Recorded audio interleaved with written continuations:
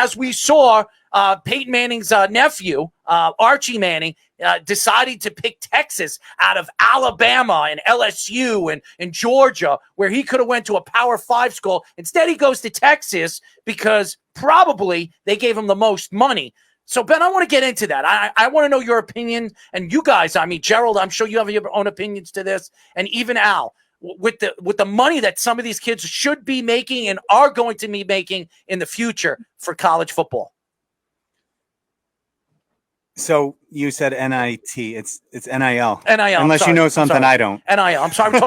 I'm thinking about college basketball, actually, but that's a whole nother thing. Yeah. So I'm a capitalist. I mean, listen, the coaches in college football have been making millions of dollars for years. And yes, there have been scholarships for some of these kids and everything else, but the stadiums built and the schools supported and the programs supported, for whatever sport it is. If you look in the stands and you are at a football game versus any other sport, I mean, the reality is football brings in a ton of money to these schools. And when you have coaches making, a few $1,000,000 to $10 million, whatever it is, which I'm not opposed to, I think it's incredible that the NCAA changed the rules a year ago to allow the players to make money off their name, image, and likeness. Because what happened is in the past on the NCAA football video games, and this is just one example of a million,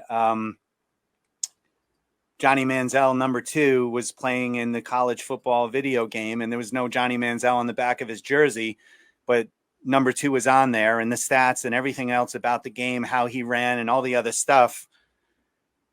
It was very clear who the player was, and he didn't make a dime on that. And I mean, listen, maybe a poor example.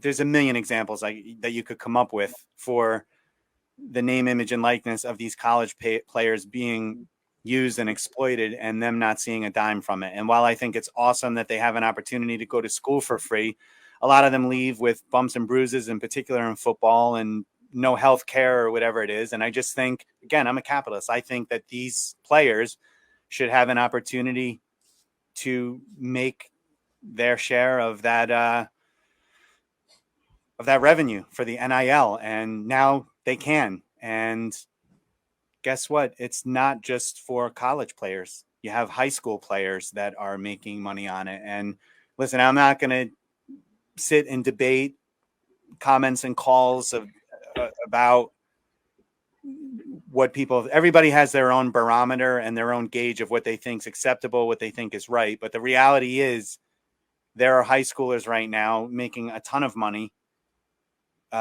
through NIL. There are college players making a ton of money through NIL, and whether you like it or not, it's here to stay. And the only question is how regulated it will become. Right now, it's like the Wild West. You should follow Darren Heitner on Twitter. He's one of the best in the country. I happen to have spoken with 3 of the top attorneys and 2 of the top agents for NIL. I've had the pleasure of meeting them and working with them and learning the ins and outs of NIL. And it's pretty exciting that these players finally have a chance to make some money on their name, image, and likeness. Al, your thoughts to what Ben is saying, and I know you have your own opinion to NIL and what's going on with college football, the money that is going to be brought in for some of these players. We see as Bryce Young, the money that he got, I think it was like close to $3 or $4 million that he got from Alabama. Not from Alabama, but the advertisements and the endorsements that he got going. Obviously, the star quarterback for Alabama. He's probably going to be the number 1 pick in next year's draft. What are your thoughts with the money that some of these kids are making? I don't know if there's really a legitimate argument about whether the kids should get paid at this moment. Like, it's happening and there's no going back now. I think the question is more of, like Ben stated, how should it be regulated?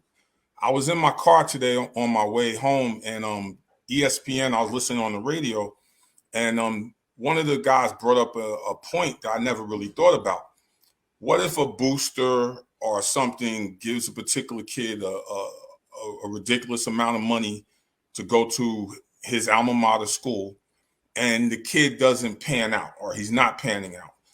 And now this booster starts calling people, hey, you know, I paid this kid some X amount of money. Why isn't he playing? And then next thing you know, he's calling the quarterback coach. So I bring that up to just say that, you know, I can see where it can present problems, and it's going to have to be worked out. As time goes on, I'm sure they'll figure out ways of how to regulate it and kind of how to spread the pie a little bit more evenly. But to me, the argument isn't should the kids get paid. And if you do make that argument, I think you're just out of touch with reality. You know, you turn on YouTube now, you see kids, they call them what, influencers, YouTube influencers or whatever. Absolutely. Great point. They're making money off of their name, image, and likeness. So how come an athlete can't? You know, in the past, the way the NCAA regulations work, us old dinosaurs just have to realize that, you know, this is the landscape of college football and high school football for that matter. I agree that athletes get paid. I do think there are challenges that we'll see that will come up. That's one challenge. And then the other challenges too, there's the issue with kids coming out of college and they're influxed with X amount of dollars, and it creates problems. So you're going to have that aspect that too, that how do you handle the money, you know, at such a young age? You're talking millions of dollars, you know, you're not talking, you know, small change. So I think that's going to create some issues as well. And there's going to be some more education, just as the NFL players are educated when they come in. Now the college players are going to have to be educated. And down the line, the high school players, you know, you see it, you know, maybe there'll be, you know, small or few examples, far and few between, but as it grows, those examples are going to become more and more, and there's going to be issues. You know, money, you know, as one, it's a good thing, but it also creates problems. So I see that, but I'm definitely for athletes making and taking advantage of it, and going. But you know, there's also the aspect of, you know, you have your name, like an image. And the recruiting landscape is going to change drastically as well. Now it's not the prestige of the school or even the education. It's okay, how much money can I get? So maybe you're picking a school over another school because of the dollars you make, but maybe that education may be less. So now you're it's coming in, and at a high school level kid making that decision over a university that may be prestigious in their academics, or ranked higher than another one, but that the dollars may take precedence now. So where's that level out? And I'm just bringing up, you know, different points of things that I see in the future, but I'm not saying that it shouldn't be allowed. I'm for the athlete making money and taking advantage of their opportunities 100%. Like Al's saying, that some sort of regulation or things or education is going to have to start coming to the forefront to educate these people in these situations. Some people will be going through this for the first time. No family members or previous, no experience. Like when I was recruited, I don't know Al's situation, but my nobody in my family was ever recruited. So that was a process to me, and I had a learning experience. Kids would go to Indiana on a full scholarship, and you know, things changed. But I had no experience, so that's something that I had to go through. So I could imagine, you know, the things that are coming up with families that don't have the experience in the recruiting process and the NIL process as well. So there's a lot of untested waters, but I think it's for the good if it can be, you know, kind of controlled and you know, you get the right people involved with the right intentions. But you're always going to have something in. Tim Asbell says 80,000 people don't show up to watch someone take a chemistry test. Coach Winters. Carl says new NIL. Someone needs a sponsorship with the Long Island Expressway. Effie Hernandez says agree with Ben. Kids need to profit through the NIL. Carl says the NCAA is so archaic and reactionary. NIL will always be the Wild West. NCAA is a miserable governing body, if you can even call it that. Jeff says there will be an NCAA football game in 5 years. College Football Committee met this week to take it independent. Carl says, I'm sure they won't figure it out. It's the NCAA. Jeff says adapt or die. And Jeff says, what systems currently exist New York statewide for these programs as well? So my question is, I want to touch on like smaller schools with these NIL things. We've seen Deion Sanders already have success at Jackson State so far, Hugh Jackson at Grambling State, just with the namesake, but even down the road, can you see the money trump the bigger coaches later on if the offers are there enough, where it becomes more individual towards the athlete? We'll start with you, Al, and then go to Gerald and then Ben. That's a good question. I'm not sure.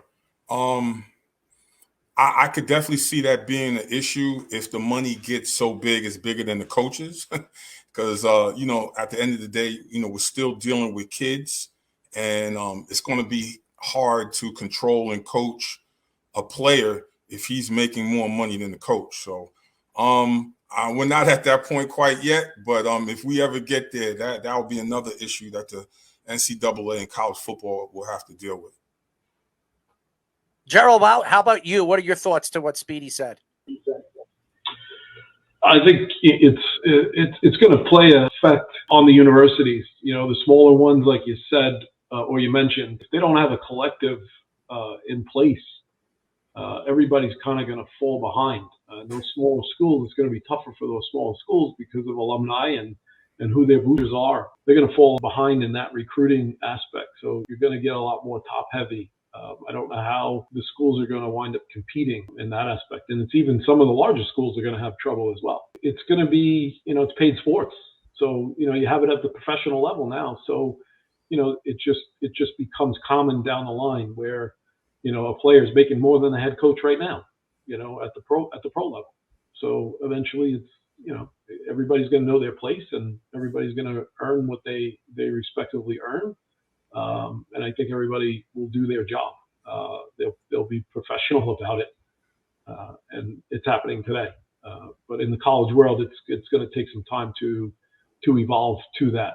So I think you're going to get it in certain situations, especially at the beginning. Some will probably try to prevent it from happening, and then it'll weed itself out. How about you, Ben? What are your thoughts to this? I have so many thoughts on this. I'm just reading some of the comments. Coach Kareem, he coached for us back in the day, and he just moved south with his son, Gavin, who's a very talented linebacker. He said, circle the wagons back to Long Island football. I think you might have just logged on, Kareem. You missed a bunch of great stuff, which I know you'll appreciate. Go back and watch some of the material from earlier in the show, and appreciate you tuning in. And Jeff Stenberg has some great comments also. And he hit the nail on the head. Like, we're already at a point where the players are bigger than the coaches between NIL, the portal, what leverage the coaches have. And I definitely don't have the answers. I can tell you guys, if you're interested in the NIL world, I've had the pleasure of meeting with some of the NIL guys at the college level who are handling NIL for some Power 5 schools. I've also had the opportunity to meet two of the most influential individuals in NIL, and I urge you to follow them on Twitter because these guys are thorough. Every day something changes in NIL, and these guys are right on top of it. One of the guys is Darren Heitner. Both of these guys, they teach law. One of them teaches, I believe, at the Levin School. That's Darren Heitner on Twitter, Heitner. And the other guy is Dan Lust, and he teaches an NIL course at NYU. And these guys are just so knowledgeable on everything. I mean, they know everything about everything. They share it all on Twitter for the benefit of the athletes. And just getting back to some of the NIL, Jeff brought up some great points. One of the questions I think he asked was, what systems do we have in New York for this? And so, like, I can speak to on two sides to that. So on the player level, you have NIL deals as a player that you can put together yourself. So if Joe's Pizza down the block wants to sponsor you and you're in high school, New York is one of 7 states. And I say 7 states, that's the last I heard a couple weeks ago. It changes every day. More states may be open to this, but as a high school player, you can make money for NIL by any local sponsorship or pretty much any deal that you could put together with your network. So whether it's a gas station or a pizza place or a healthcare place, whatever it is, some of these deals have been put together already by a gentleman who, again, he's one of the leaders for the Long Island football movement, helping players. Like these are all selfless guys that are promoting the players and just helping them get better, get more exposure.